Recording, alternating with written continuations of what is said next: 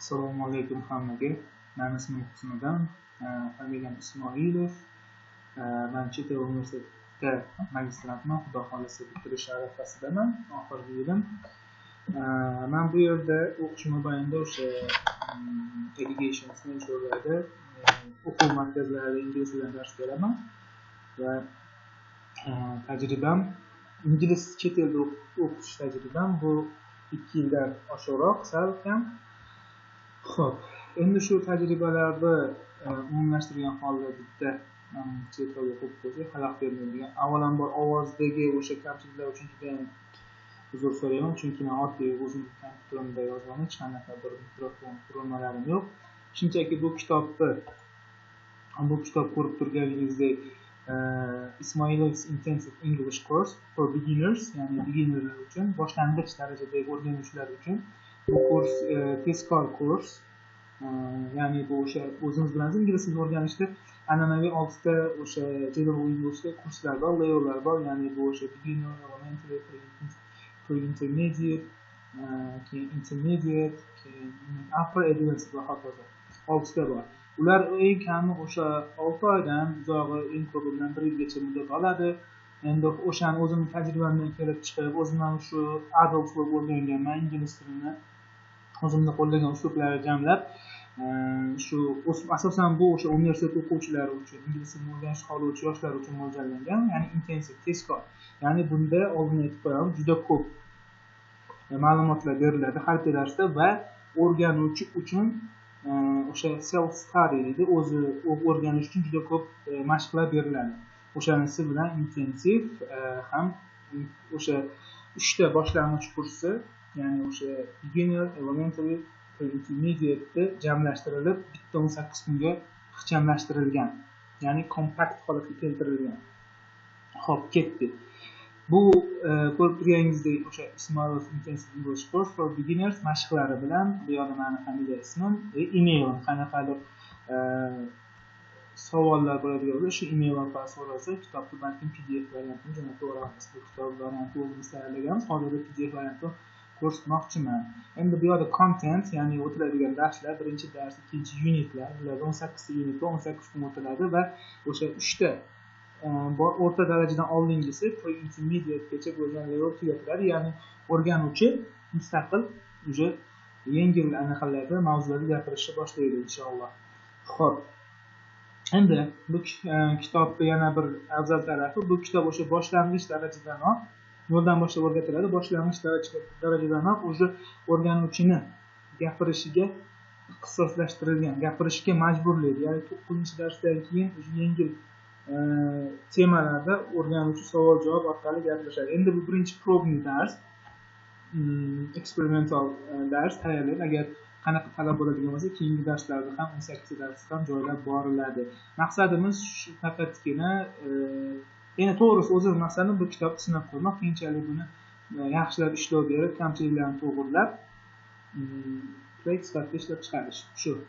Xo'p, birinchisi, yana ingliz tilida bu kitob afzalligi, bu ham ingliz ham o'zbek tilida misollar bilan keltirilgan, yozib keltirilgan.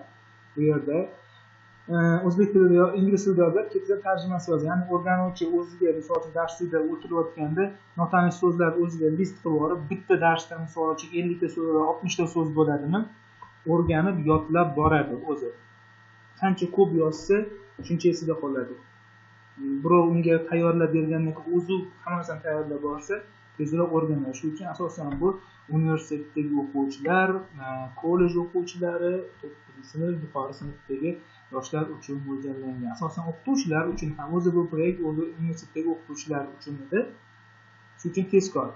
Keyin buni u ishlarni hali oxiriga tushuntirib ketamiz, qanaqa mashqlar bilan ishlash kerak. Xo'p, birinchidan bismillahirrohmanirrohim boshladik.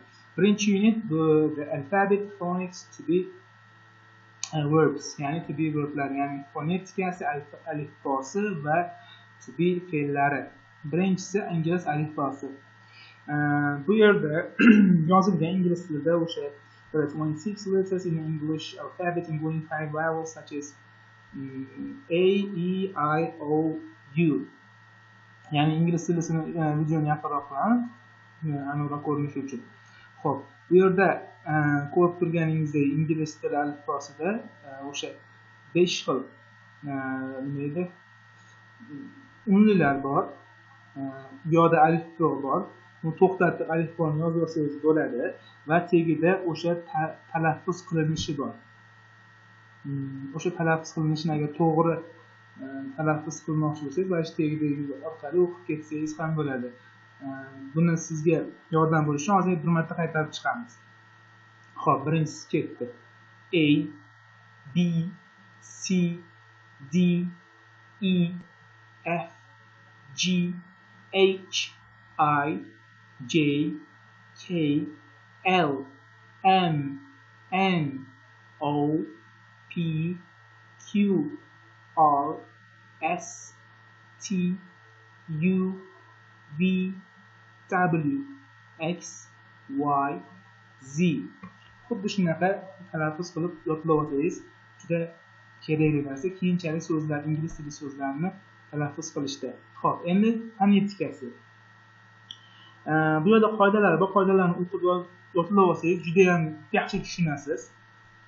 Ya'ni ingliz tilida bu o'sha unlilar ikki xil yo'nalishda talaffuz qilinadi. Ya'ni ochiq va yopiq.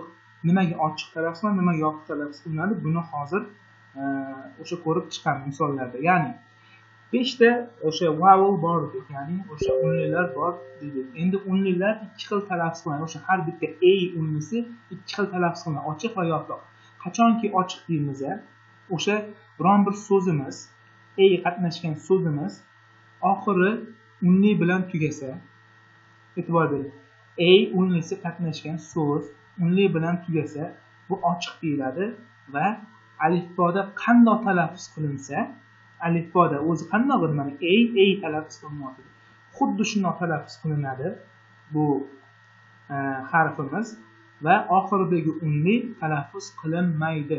Bu o'sha fonetikani, yana talaffuz qoidalarining bir turi. Hozir shuni o'rgansa juda foydali bo'ladi.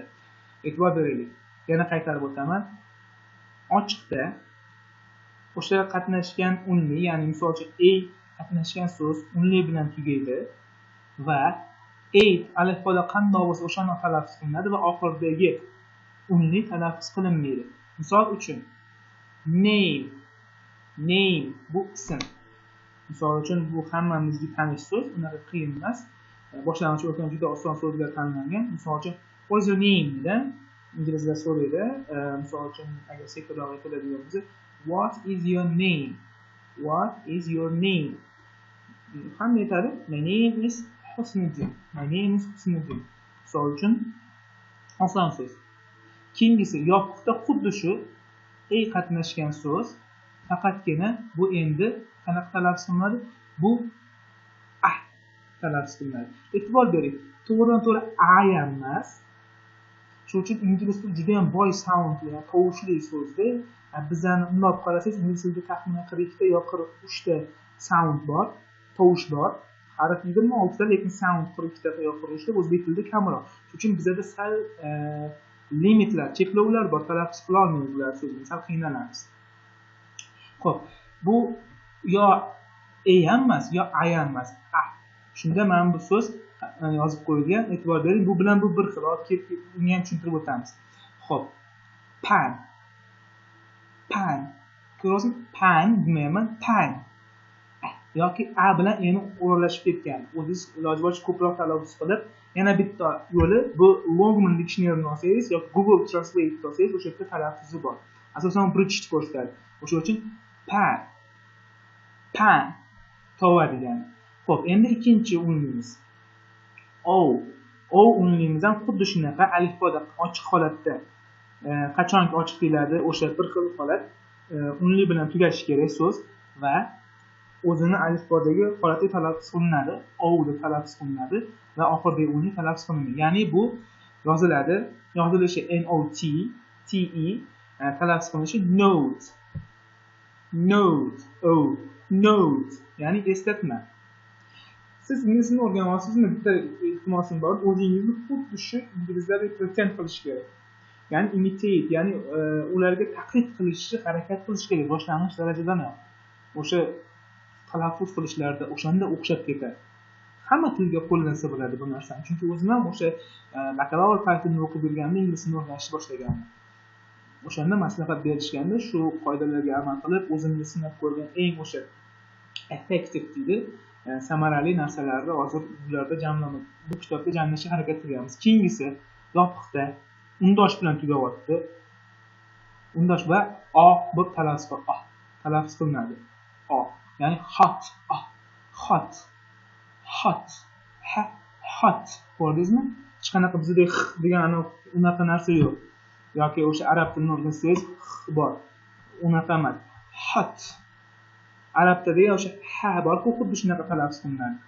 Arab alifbosida 3 ta x bor-da. X, ha, h bor. Misol uchun o'shanda yumshoq esa hot. O, yana bu yerda o. Hot, issiq degani. I xuddi shunaqa ochiq bilan tugayapti va i deb talaffuz qilinadi.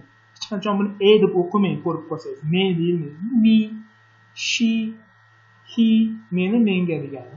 Yoki yopiq holatda bu talaffuz qilinadi. O'sha hen, tovuq degani. You xuddi shunaqa unli bilan tugayapti. Unli talaffuz qilinmaydi oxiridagi va you deb talaffuz qilinadi. Ya'ni mute ovozsiz degani, ya'ni o'sha bezuk. Keyingisida mana bu endi haqiqiy bizni aga yaqinroq. Bu mana ko'ryapsiz, yopiq bilan tugayapti va tovush beradi. Har doim ko'rinch yopiq bilan tugayaptimi, tovush beradi. Ya'ni qanaqa nima qilamiz? Bu bizni aga yaqinroq. Sun. Misol uchun sun bilamiz, quyosh degani. The sun go around the moon desa, naborot. The moon go around the sun. O'sha oy xullas the earth deymizmi, xullas buncha astronomiya yaxshi emasman, shuning uchun misol keltiraman. Quyosh degani sun. Endi oxirgisi I xuddi shunaqa unli bilan tugayapti. Alfabetdagi talaffuzi o'zida qoladi va uni talaffuz qilinmaydi. 9 degan 9 degani. Endi yopiqda qarang. Yopiqda bu i turibdi, lekin bu bizni i emas. Bu bilan i'ni aralashmasi. Tushunyapsizmi? Bilan i'ni aralashmasi. Ya'ni sit. Shunga ehtiyot bo'lish kerak. Sit down. Yoki heat deyorsangiz, bu heat bu issiq degani, isitmoq degani heat. Tushunyapsizmi? Sit down. Qanaqadir bilan i'ni aralashmasi. Xo'p, keyingisi mashqlar berilgan. Xuddi shu qonun qoidalarni buni yozib olsangiz, tushuncha bo'yicha mashqlar berilgan. Ya'ni mashqlarda xuddi shunaqa mana. Bu yoqda agar y unli bilan kelsa, o'sha nima deydi? I deb talaffuz qilinadi. O'sha talaffuzlar qo'yib ketasiz. Ya'ni unli bilan tugayapti, etilmaydi. Mana o'zini holida etiladi. Ketdilar. Tiny degani kichik degani. Kichkina zarrachani tiny, mayda. Huge, ulkan. She, rude. Bularni bir marta sizga talaffuz qilib mashq qilib olasiz. Keyingisi mana bu yopiq holatda. That emas. That degani bu o'lik degani. That box, pen, guy, misol guy, kid. Mana kid emas, kids. Hi kids deydi. Misol salom bolalar, kid, yosh bola. Xo'p, undan keyin consonant bor, ya'ni undosh bor. Consonants, undoshlar bor. S qo'shimchasi biladigan keyin narsada o'tib ketadi. Ular ham xuddi shunaqa. Undoshlar talaffuzi ham bor. Ya'ni biz mana buni alifbada C deb talaffuz qildik. A B C ketadi, to'g'rimi? Lekin ayrim holatda bu k deb tovush ham beradi. O'zi S tovushi bor, lekin k degan tovush ham bor. Endi qaysi holatda k, qaysi holatda C desini tushunamiz. Qarang. E, I, Y unlilardan oldin kelsa, mana C harfimizni o'shanda tovush beradi. Qolgan hamma o'rinlarda k talaffuz beradi. Misol uchun C talaffuz berishiga misol keltiramiz. Center yoki center. Ya'ni British American borda, ikkalasi farqli. O'zingizga mosini tanlab olaverasiz. Center. Ya'ni bu yerda ko'ryapsiz E harfidan oldin kelyapti, shuning uchun tovush beradi. Yoki I dan oldin kelyapti. City yoki y dan oldin kelyapti. Cycle. Ya'ni bu markaz, shahar va aylana yoki velik haydamoq, velikdan turib ketadi. Xo'p, endi xuddi mana shu G tovushimiz ham xuddi shunaqa bir G tovush beradi va G tovush beradi. Bunda qachon G, qachon G ham xuddi shunaqa I, Y dan oldin kelsa G tovush, qolgan paytlarda esa G tovush. Faqat xuddi shunday istisnolar bor. Misol uchun I dan oldin kelyapti, mana generally, umumiy olib qaraganda degani. Giant I dan oldin kelyapti. Giant ulkan degani, gigant degani. Lekin istisnolar bor. Bu juda ko'p emas, bunaqalar so'zlar ingliz tilida. Bularni o'sha tajriba orttirish mobaynida o'rganib olasiz. Misol uchun girl qiz bola degani, give ko'ryapsiz, I dan oldin turibdi, lekin bari G talaffuz qilyapti. Yoki finger I dan oldin turibdi, lekin G talaffuz. Bu istisnolar. Endi S harfi o'nlisi bor, o'ndoshi bor. Bu ham ikki xil. Z talaffuz qilinadi yoki S talaffuz qilinadi. Endi Z qachon? Z ikkita o'nlikni oldida kelsa, o'rtasida kelsa Z. Qolgan hollarda S talaffuz qilinadi. Misol uchun, mana birinchisi S talaffuz qilinishiga ko'ryapsiz, bitta o'nlik, bittasi o'ndoshi o'rtasida kelyapti. Endi boshqa holatda kelyapti. Ikkita o'nlikning o'rtasida kelmayapti. S emas. O'shanda endi S tovush beryapti, ya'ni west. E'tibor bering.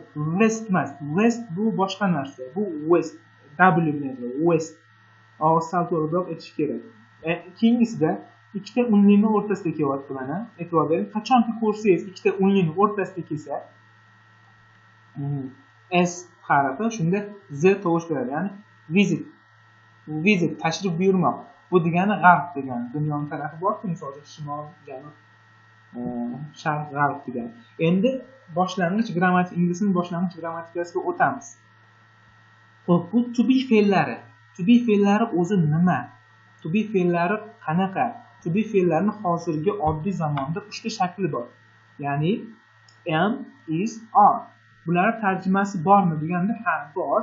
Oldindagi egaga, ya'ni ega degani gapda egasi bor. Men, sen, u, biz, siz, ular degan egalar bor. Ya'ni inglizchada I, you, he, she, it. Ular u degani o'sha rodga, rus tilida rod bor-ku, женский род, мужской род, xuddi shunaqaga bo'linib, shunga o'xshagan ulari bor. Keyin biz, we, you, sizlar yoki siz, keyin they, ular degan xuddi shunaqa narsalarga bo'linadi. Ular egalar degan. O'sha egalarga qarab mana shu tubilar 3tasi bo'linadi, taqsimlanadi. Endi buni qoidasini to'xtatib yozib o'qib olsangiz, yodlab olsangiz juda yaxshi bo'ladi. Endi men tushuntirib beraman. Qanaqa? Bu to be fe'llari hech qachon ish harakatiga qo'llanilmaydi gap buzayotgani. Ya'ni biron bir narsani nimaligini yoki holatda qanaqaligini ifodalash uchun, ko'rsatib berish uchun qo'llanadi. Misol uchun nimadir yoki kimnidir. Misol uchun men magistrantman. Magistr talabasiman. Men aytishim mumkin. I am a master student. I am a master student. Men magistr talabasiman. Yoki PhD da o'qimoqchiman. PhD talabasiman. I am a PhD student. Yoki shunchaki I am a student. Ya'ni men student hech qanaqa ish qilmayman. Yoki nima aytishim mumkin? Alisher is a student yoki Alisher is good. Alisher is good, sorry. Alisher is good. Ya'ni Alisher yaxshi. Tushunasizmi? Yaxshi degani. Hech qanaqa ish harakat qilmaydi. Bu yerda ham misolni ko'rayotgan bo'lsa, Alisher is a student. Bu yerda hech qanaqa Alisher ish harakat qilmaydi. Prosta Alisherni qanaqaligi, kimligini ifodalab beryapti bo'ldi. Holatini student shu. Alisher student ish harakat qilmayapti. Shu holatlarda ishlatiladi. Misol uchun stol singan, qanday? Stol singan. Misol uchun shuni qanaqa aytadigan bo'lsak, a chair is broken. Stol singan. Meni o'sha notebook'im qora deydigan bo'lsak, nima bo'ladi? My laptop is black. Mana shunaqa narsa. Endi bularning misollari ko'p chiqadi. Ingliz tili juda oson til, chunki u ingliz tili xalqaro til. Xalqaro til bo'lgani uchun hamma o'rganish qolaydi. Shuning uchun ingliz tili ma'lum bir qoliplarga solingan. Xuddi shu formulalarni, formula yodlab olinsa bo'ldi. O'rganuvchilarni o'sha xatosi, ya'ni o'zim ham qilgan xato, qachonki o'sha o'rganuvchi bo'lganimda birinchi paytda talabalik paytimda, bakalavr paytimda xatoyin o'zbek tilidan inglizchaga tarjima qiladi. So'z yo'q bu yerda. Tarjima qilardim. Misol uchun, men universitetda o'qiyman degan uchun meni topardim, o'qimoq istadim topardim, universitetdan topardim, keyin o'zbekcha tarjima qilib, men universitetda o'qiyman, men o'qiyman universitetda debdi, o'zi ketdi. Chunki grammatik struktura xalqirroqda o'zbek tiliga tarjima qilishdan. Shuning uchun juda qiyin. Bizga o'xshash, shu uchun oddiy o'zini formulasiga qo'yib tarjima qilib ketaversa oson bo'ladi. Eng muhimi shu formulalarni yodlab olish kerak. Mag'zini tushunib olish kerak, qachon qo'llanishi kerak bu holatda. Bo'ldi, qo'yib ketaverish kerak. Hozir boshlang'ich darajada faqat biz hamma zamonni 3 ta shaklini o'rganamiz. Ya'ni positive form, question form and negative form. O'sha 3 ta shaklni o'rganamiz hamma zamonni. Keyin o'sha advanced level bor. Bir oyga mo'ljallangan. Unda o'sha present simple continuous o'zining 5 ta holati bor. Present continuous, misol uchun, present simple continuous o'sha kelajak uchun qo'llangan shunaqa holatlar, ularni keyinchalik o'tamiz. Xo'p, hozir ya'ni aytibki 3 ta shakli bor. Birinchi shaklni ko'rib chiqamiz. Ya'ni positive form, darak shakli. Formulasida ko'rib subjects plus to be plus noun and adjective. Ya'ni subject degani egalar. Pastda shuni tarjimasi turibdi. To be bu to be verb degani bu o'sha emizarni bo'lib chiqamiz. Noun degani ot, adjective degani sifat. Xo'p, ingliz tilida subjectslar mana ko'rayotganingiz 7 xil bor. O'zi 8 ta, endi ikkinchi shaxs birligi ham bor. Uni men bitta turib, men bunga oson taqsimlash oson bo'lishi uchun men bunaqa yozib qo'ydim. Xo'p. Birinchisi I, men degan. To be'miz 3 ta. Uni 3 ta to be'ni mana shu 7 ta subjectga egalarga bo'lib chiqishimiz kerak. Qanaqa bo'lamiz bunda? I, har doim e'tibor bering, I menga tushadi. Endi bitta narsa kelishadi. I ni ko'rsangiz M qo'yasiz, to be'ni ishlatish uchun. M ni ko'rsangiz I ni qo'yasiz. Farqi yo'q. Bo'ldi. Kelishdiga mana shu qoida. I har doim menga keladi. Endi mana is bu is faqatgina 3-shaxs birligi, ya'ni u degan so'roqqa javob beruvchi egalarga bo'ladi. Ya'ni he o'g'il bolalar uchun, she qiz bolalar uchun, it narsa yoki hayvonlar uchun. Ayrim holatlarda, chet ellarda o'sha hayvonlarni ham o'zini jinsiga qarab he yoki she deb aytishadi. Endi u alohida. Xo'p. He, she, it o'shanga is qo'yiladi. Endi we ga, you ga, they ga bitta bu qilib aytganda ko'pliklarga, ko'plik shaxslarga are qo'yiladi. Bo'ldi. Keyin bu yoqda yo noun qo'yishimiz kerak, yo adjective qo'yishimiz kerak. Misol uchun birinchiga I am fine. Juda oddiy, hamma common deydi, umumiy narsa. Misol uchun savol berib qoladi o'rtada bo'lsak. Hey man, how are you doing deydi. Misol uchun yoki how are you deydi. I'm fine, thanks, and you. Juda simple narsalar. Ingliz tilini o'rgangan nima deydi? Xullas, ingliz tilini o'rgangan odam birinchi shu gapni o'rganadi, menimcha. I'm fine, thank you, and you. Mana shu narsa, I'm fine. Ya'ni men yaxshiman. Bu yerda subject bor, gapimiz to'xtasaganda subject qo'ydik, to be ni qo'ydik, mosini. Noun yoki adjective qo'yishimizga adjective qo'ydik. Yaxshi degani bu sifat. Men yaxshiman. Keyingisiga he is a doctor. U shifokor. Degani bu birlik, ya'ni bitta doktor. Men u bitta doktor degani. Birlik, one bilan teppa-teng. Xo'p, he is a doctor. Endi tarjima qilish qoidasi bor. Ingliz tilida tarjima birinchi gapni egasi topiladi har doim. Qanaqa vaziyat bo'lsa qatnab gapni egasi topiladi va orqadan tarjima qilib keladi. Tasavvur qiling, o'shanda keyin to be'larni ham tarjimasi chiqadi. O'z aksar holda ingliz tilini o'rganayotganda to be'ning tarjimasi yo'q deb tarjima qilinmaydi deb aytiladi. Yo'q, men o'sha o'rganish va o'rgatish davomida o'zbek tiliga moslashtirmoqchi bo'lganman, chunki o'zim katta bo'lib o'rganganman, kattaligimni o'rganganman. Nimaga degan savolim ko'p edi. Solishtirib ko'rardim. O'sha uchun rus tilida ham misol uchun bersangiz o'sha окончаниялар bo'ladi, окончание bilan o'sha narsalar bo'ladi. Misol uchun o'sha har bitta egaga, yaga, tiga, on, anaga qarab o'zgarib ketadi. O'sha nimalar. Birinchi guruh nima edi? Glagollar deyiladi. Xuddi shunaqa. Misol uchun nima deydi? Ya siju, misol shunday bo'ldi. Xuddi shunaqa bu ham. Tushunasizmi? Chalg'ib ketmaylik mana. Xuddi shunaqa. Xo'p, ya'ni egaga qarab tarjima olib keladi. Tarjimada birinchi ega topiladi va orqadan tarjima qilinadi. Ya'ni men fine, yaxshi, man, men yaxshiman. U shifokor, tarjimasi yo'q, egaga qarab olmadim. Endi She is a dancer. U raqqosa. It is a chair. It is a chair. Stul. yoki we are teachers. S degani lar degan qo'shimchani beradi. Ya'ni biz o'qituvchilarmiz. You are professors. Siz professorlarsiz. They are actors. Ular aktyorlar. Keyingi form, ya'ni keyingiga bu tushunarli yozib olamiz. Ishlaymiz buni. Hozir qanaqa ishlanishini oxirida aytib o'tib ketamiz. Bu savol shakli. Savol shaklida formulaga qarasak, to be, ya'ni am isar, 3 ta to be'miz bor. O'sha oldinga chiqadi, egasiga qarab. Keyin subjektlarning bu bittasi qo'yiladi. Undan keyin noun yo adjective qo'yiladi. Ketdi to be ega va ot sifat. Xo'p, I egamiz uchun am qo'yardik. Amni oldinga chiqardik mana. Keyin bu yerga sifat ot qo'ydik. A student bu ot, noun hisoblanadi. Xo'p, endi bu savol holatida am, is, are har doim mean degan o'zbek tilida n degan qo'shimchani olib keladi. Ya'ni am I a student? Boyagi tarjima qoidasiga bo'ysunamiz. Birinchi ega topib olinadi va orqadan tarjima qilinadi. Men talabamanmi? Is he right? U haq degani sifat. Haqmi? Is she a dancer? U raqqosami? Is it a chair? U stulmi? Are we teachers? Biz o'qituvchilarimizmi? Are you professors? Ya'ni sizlar professorlarmisiz?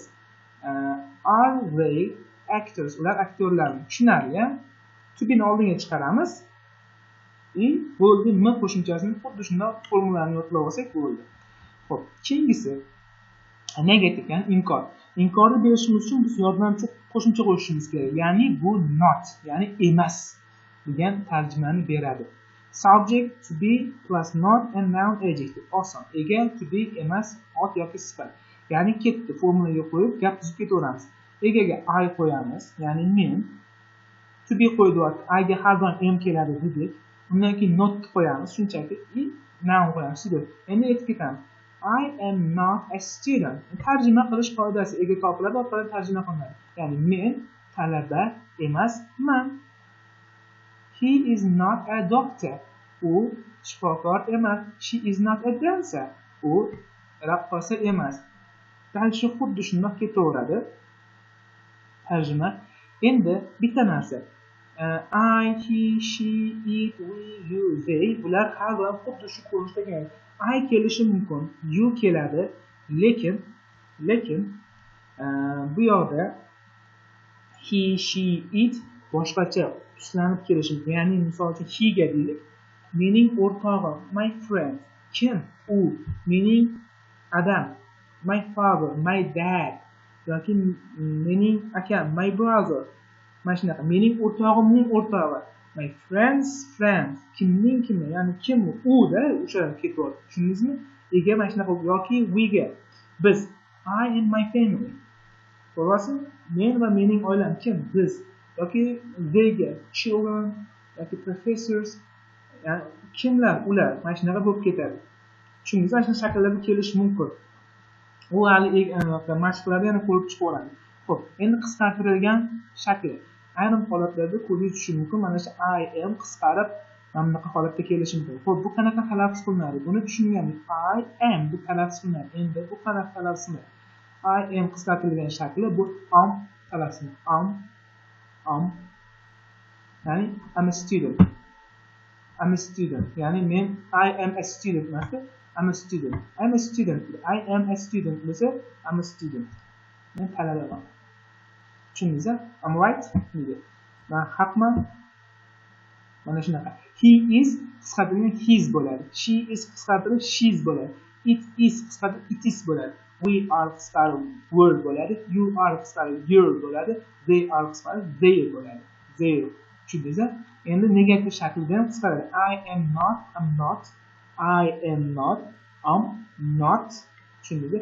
He is not, he's not yoki he isn't bu qisqaradi. She is not yoki she is not, she's not yoki she isn't bo'ladi. Tushunasizlar? It is not qisqarishi mumkin. It it's not yoki it isn't bo'ladi. We are not qisqarishi mumkin. We're not yoki we aren't bo'ladi. Xuddi shunaqa you're not yoki you aren't. They're not yoki they aren't. Or degan yoki degan. Endi mashqlarga o'tamiz. Birinchi qoidamiz bizning fonik qoidalarida, ya'ni tuzilishiga qarab, ya'ni mana bunaqa yozilsa, misol uchun talaffuz shuni o'qiysiz, playing bo'lyapti, qanaqa buni yozilishi bor. Ya'ni unli bilan tugasa a degan talaffuz chiqarardi amiz, to'g'rimi? Unlimiz. Demak, playing mana bunaqa yoziladi. Endi qani snake bo'lyapti, a bilan tugayapti, talaffuz qilyapmiz. O'qisangiz mana snake deb o'qiyapsiz, to'g'rimi? Snake deb o'qiyapsiz. Xo'p. A bilan o'qiyapmiz. Endi qaysi bilan tugayapti shunday? A bilan tovush bersa, bilingki unli bilan tugaydi. Demak, mana bu yerda a deganimiz bu a yoziladi. Snake s n a k e bo'ladi. Xo'p, endi bu yerda qani? Pan. Ko'rdingizmi? Pan. Bu endi boyagi da bu. A emas, degan tovush beryapti. Bu qanaqa yoziladi endi? Xuddi shunaqa. Dan, hope, note deslang, xuddi shunaqa row, note deslang, yoki top ko'ryapsizmi? Hot deslang, hot deslang. Bu so'zlarning tarjimasini ham bilib oling. Xo'p, undan keyingisi prosa to be'larni qo'yib chiqish kerak. Misol, birinchisi I ga m qo'yiladi deganmiz. I'm a singer. I am a singer. Men xonandaman, ashulachiman. You o'sha bitta to be qo'yasiz, m zarbidan bittasini qo'yasiz. Pilots, ya'ni uchuvchilar. Teachers, sifat turibdi bu yerda. To be qo'yishingiz to'ppa-to'g'ri. Shuni qo'yib ketadi. Endi keyingisi so'roq shaklida yozish kerak. Bu yerda so'zlar berilgan, to be qo'yish kerak bo'ldi. My glasses. Men aytganimdek, egalar har xil turda kelish, tuslanib kelishi mumkin. My glasses ko'plida. Mening ko'zoynaklarim. Xo'p, nima bo'lishi? Ular. Demak, ko'plida are qo'yiladi. Alisher, kim? U ekan, bo'ldi, birlikda qo'yiladi. Shunda qo'yib ketaverasiz. Savol qilish kerak. Savolda to be oldinga chiqish kerak. Endi qisqartirilgan shaklini yozish kerak. He is, his bo'ldi, she is, she's bo'ldi, we are shunaqa bo'ladi. Dars. Undan keyingisi, oxirgisi bu negativ shaklda yozish kerak. Ya'ni I to be qo'yish kerak bu yerga. Foydalaning degan, mana shularga foydalanib to be qo'yish kerak, negativ qilish kerak. I angry. Men jahldor emasman. I'm not angry. A football player in Uzbekistan. Good. Top. Futbol o'yinchisi O'zbekistonda yaxshi. Negativ qilishga yaxshi emas. Xuddi shunaqa qilib ketiladi bu yerda. Endi qanaqa mashq bajaramiz? Mashqlarni hammasini bajarib bo'lganingizdan keyin diktofonni olasiz. Birinchi qanaqa so'zlarni bilmaymiz-ku, bu so'zlar qayerdan bilamiz degan savolga har bitta so'z yozib olinadi. Iloji bo'lsa men so'zlar har bitta darsda o'tilgan so'zlarni talaffuzi bilan, oddiy qilib yozilgan talaffuzi bilan, tarjimasi talaffuzi bilan yuklab qo'yaman. Iloji bo'lsa, o'shaning chunki men uncha yaxshi tushunmayman YouTube'da hali.